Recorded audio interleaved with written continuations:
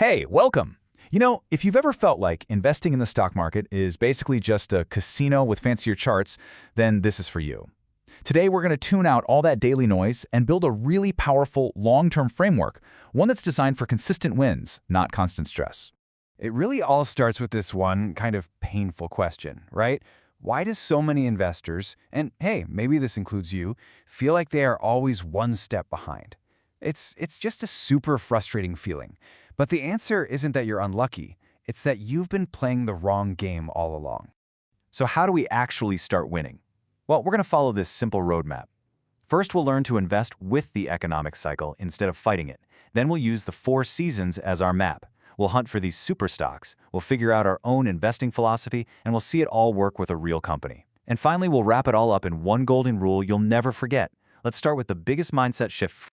Okay, so the first and honestly the most important change we need to make is to stop staring at those daily price charts. Seriously, winning in investing isn't about guessing tomorrow's headlines. It's about understanding the big, multi-year rhythm of the economy. Think about it like this. We are done trying to swim in the chaotic, choppy water right by the shore. From now on, we're paddling out to where the real power is, these massive, multi-year waves of the economic cycle. Our job is to become surfers, not just swimmers. We're going to ride these long, powerful trends all the way to shore. Now, to ride those waves, you need a map. And the best map I've ever found is to think about the economy as having 4 totally distinct, pretty predictable seasons. You've got autumn, winter, spring, and summer. Autumn, this is when the party starts to wind down. Everything's been running hot for way too long. So, to cool things off, the central banks start raising interest rates, making money more expensive to borrow. For us as investors, this is like seeing the sky turn gray. It's the first clear sign that a storm is on its way. And then comes winter. This is the season of absolute maximum fear. And here's the crazy part. It's our single greatest opportunity. The headlines are just terrifying. Bankruptcies, scandals, market crashes. It really feels like the world is ending. But this, right here, is the point of maximum pessimism. The exact moment when things are so bad, they literally can only get better. This is where fortunes are made. After that brutal winter, you get spring. This is when you'll see governments and central banks jump in to save the day.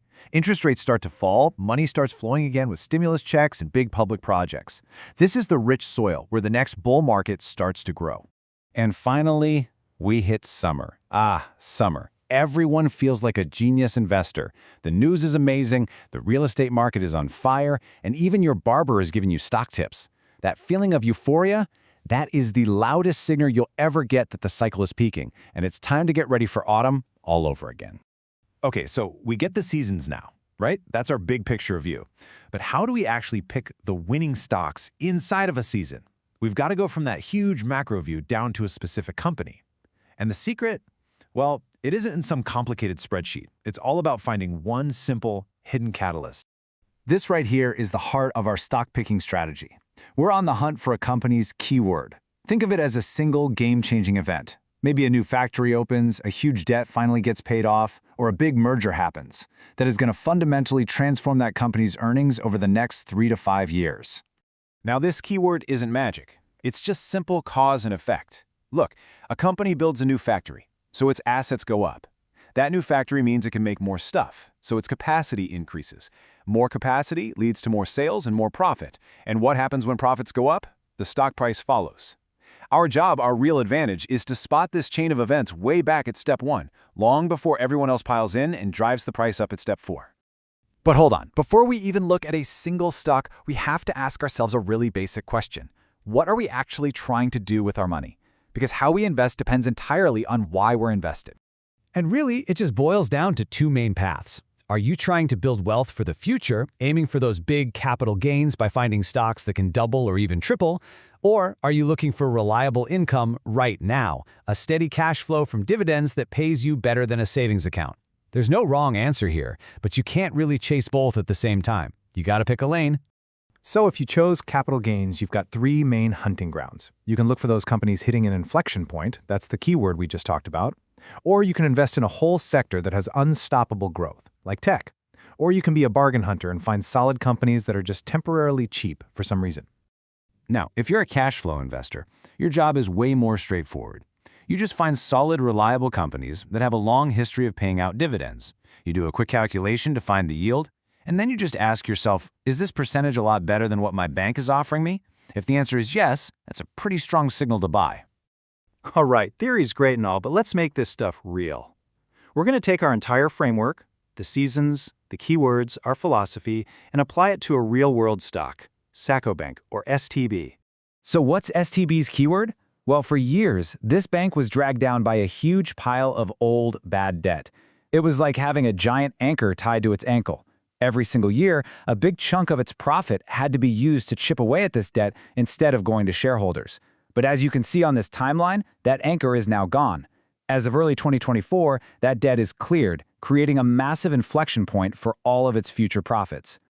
Okay, now let's look at the price tag. STB is a huge bank. Its total assets are pretty much identical to its main competitor, ACB. But now look at the market cap, what the market thinks each company is worth. STB is valued at almost 40% less. Why? Well, it was mostly because of that old debt problem. Now that the problem is solved, that huge gap suggests the stock could be seriously undervalued. And the story doesn't even stop there. You've got multiple things coming up that could push the price higher. There's a massive 32% stake in the company that's about to be auctioned off, which could bring in a huge new investor. They're about to raise capital for the first time in years to fuel more growth. All of this points to a company that's just getting ready to really take off. Wow, we've covered a lot of ground, huh? From the giant cycles of the economy all the way down to the nitty-gritty of one stock. So let's tie it all together into one simple, powerful rule that you can take with you and use forever. Here it is, your entire new investing strategy in one sentence. First, identify the economic season so you know when to play offense and when to play defense. Second, find a company with a powerful keyword that's about to unlock its true value. And then, you just need the patience to let the cycle do the heavy lifting for you. Look, learning this stuff is useless if you don't use it. So here are 2 super simple things I want you to do today. First, just pick a company you already know and try to find its keyword. What's the one big thing that could change its future? Second, just glance at the financial news. What are they saying about interest rates? Is real estate hot or cold? Use those clues and take a guess at what economic season we're in right now. And that, really, brings us to the final question. I've just given you the map to the market. So the next step, well, that's up to you.